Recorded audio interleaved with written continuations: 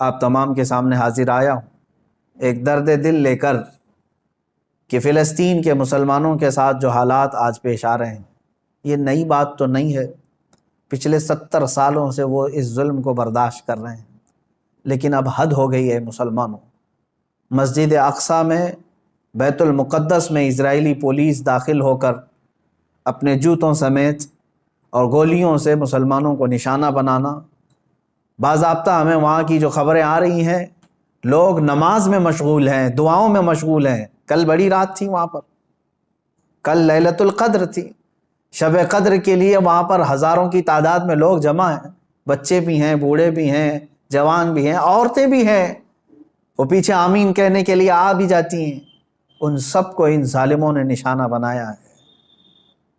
مسجد اقصیٰ خون میں نہا رہی ہے، قبلہ اول ہمارا، بیت المقدس ہمارا، آج وہاں خون کی ہولی کھیلی جا رہی ہے۔ اب مجھے یہاں پر بات صرف اتنی کرنی ہے کہ وہ کہاں گئے سیکولر کے بھوت، وہ کہاں گئے جو انصاف اور امن و امان کی بات کرنے والے، ہیومن رائٹس کی تنظیمیں، کیا ان کے منہ میں گھی لگ گیا ہے؟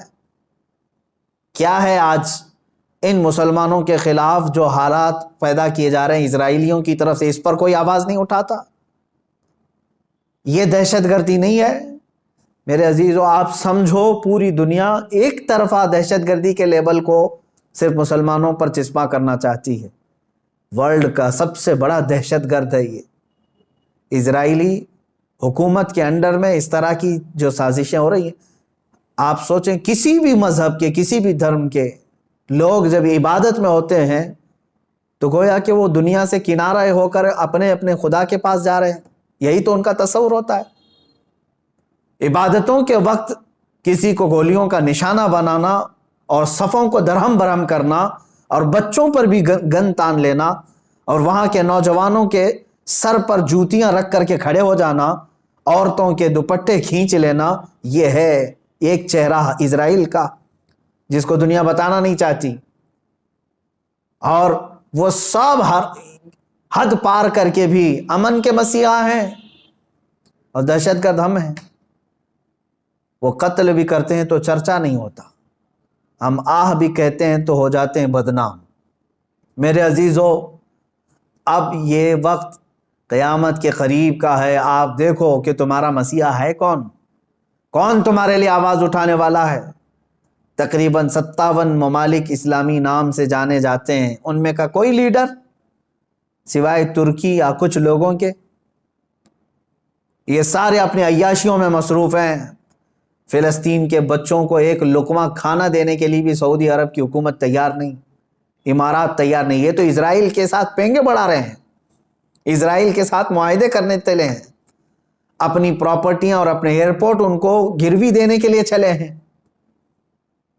سمجھنے کی آج ضرورت ہے، جہاں اسلامی ملک ہم سمجھ رہے ہیں، سعودی ہو یا امارات ہو یا بحرین ہو یا قطر ہو، یہ تمام ممالک، ان سب کی نہ جانے کون سی مجبوریاں ہیں، یا ان کے گھروں میں کون سے یہودی آ کر داخل ہو چکے ہیں، یہ واللہ عالم۔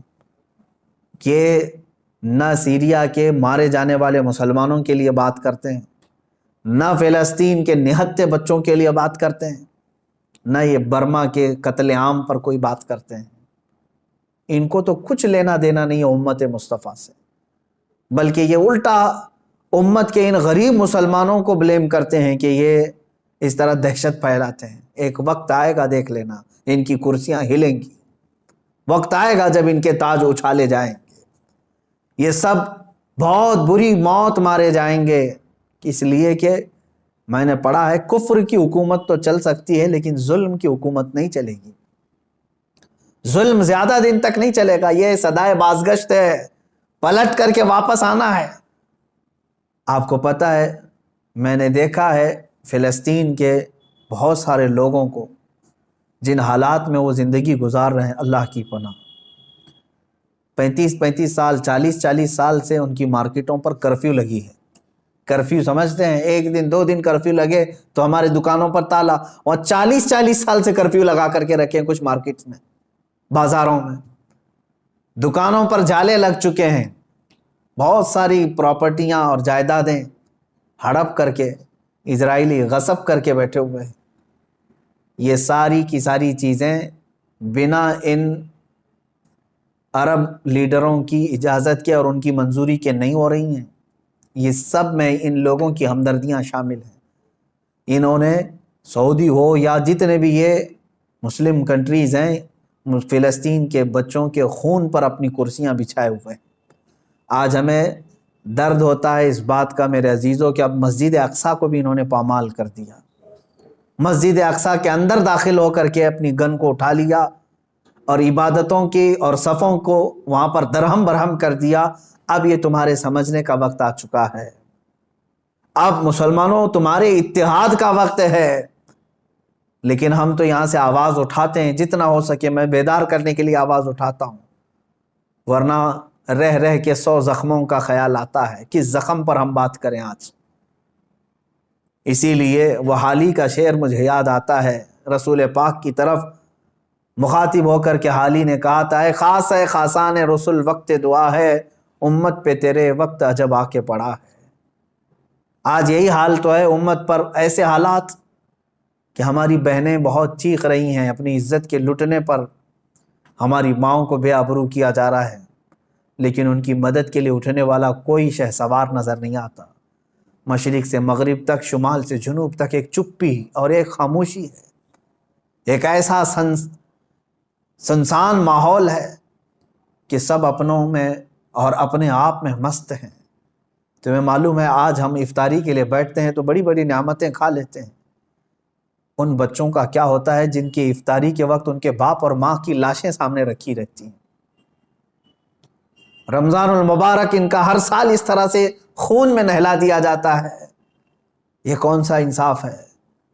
یہ امریکہ جو ہیومن رائٹس کی بات کرتا ہے، دنیا کو انصاف اور جمہوریت دینے کا علم بردار کہلاتا ہے، یہ سب کے سب ان فلسطینیوں کے قتل عام پر خاموشی اختیار کیے ہوں۔ کہاں ہے وہ اقوام متحدہ؟ کہاں ہے وہ UN ہے؟ وہاں پر ان چیزوں کی بات نہیں ہوگی۔ ہاں، اگر ایک اسرائیلی مارا گیا یا ایک یہودی یا ایک عیسائی مارا گیا تو اس کے لیے تو بوال ہوگا۔ مسلمانوں کا خون سستا ہو چکا ہے، مسلمانوں کا خون بہت عام ہے کہ ان کو کوئی بھی بہا دے۔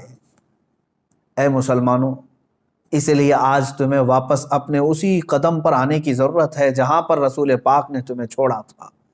میرے آقا صلی اللہ تعالیٰ علیہ وسلم نے جو نقوش ہمیں دیے وہاں پر تمہیں واپس آنے کی ضرورت ہے۔ تم اگر دنیا کی رضامندی کے لیے اپنے آپ کو بیچتے ہو، چند لوگوں کی رضا کے لیے اپنے آپ کو بدلتے ہو، تو یاد رکھنا یہ دنیا کبھی تم سے راضی نہیں ہوگی، کبھی راضی نہیں ہوگی۔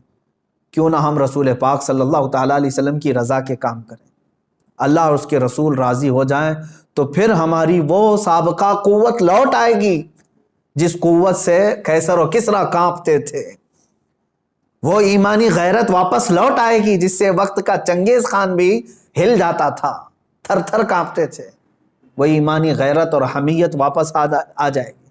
شرط صرف اتنی ہے، ان کنتم مؤمنین، تم سچے نبی کے غلام ہو جاؤ۔